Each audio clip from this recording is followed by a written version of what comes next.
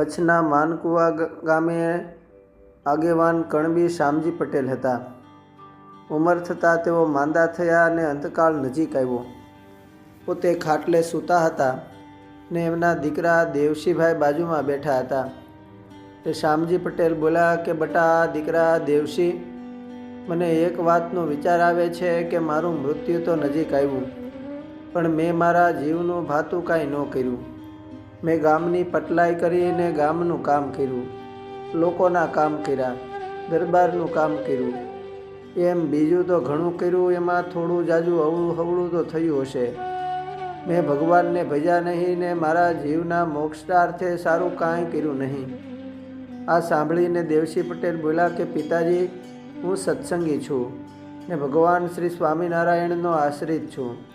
શ્રી હરિની આજ્ઞા છે એમ આવકમાંથી 10મો 20મો ભાગ કાઢવો, દેવને થાળ કરવા, ઠાકોરજીને થાળ કરાવવા, સાધુને જમાડવા, સંતોને ધોતિયા ઓઢાડવા વગેરે મેં બધું જ કર્યું છે.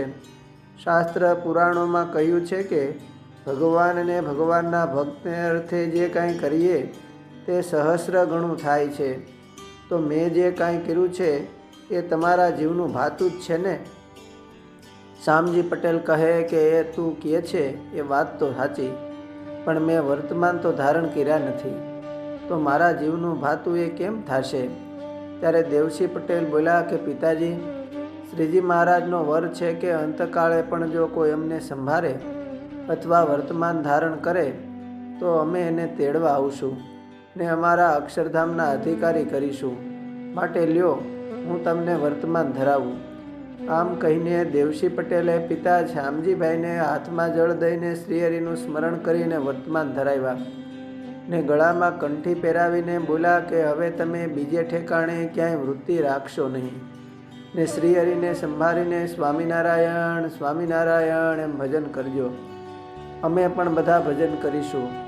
શામજીભાઈએ પથારીએ સૂતા સૂતા જ હજુ 2 ઘડી સ્વામિનારાયણ સ્વામિનારાયણ એમ ભજન કર્યું ત્યાં તો ઘરમાં તેજ છવાઈ ગયું ને શામજી પટેલ તો તુરત જ બોલ્યા કે આપણા ફળિયામાં રથ ઊભો છે, એવો રથ હજુ સુધી કોઈ દી ભાળ્યો નથી. તે રથના બળદો, ઝૂલો, ઘૂઘરમાળ, સાજ વગેરે દિવ્ય છે. આ રથને ચલાવનાર શ્રીહરિ મસ્તકે 3 છોગલાવાળી પાઘ, જરિયાની જામો, સોનેરી સુરવાળ, 10 આંગળીએ વેઢ વીંટીઓ, ગોર કપોળમાં કેસર ચંદનનું તિલક, કુમકુમનો ચાંદલો, હાથમાં હોનાની છડી ધારણ કરીને રથ લઈને મને તેડવા પધાર્યા છે. હવે તમે સૌ ચોકો કરો અને મને ભોંય પથારી લ્યો. મારે શ્રીહરિ સાથે અક્ષરધામમાં જવું છે.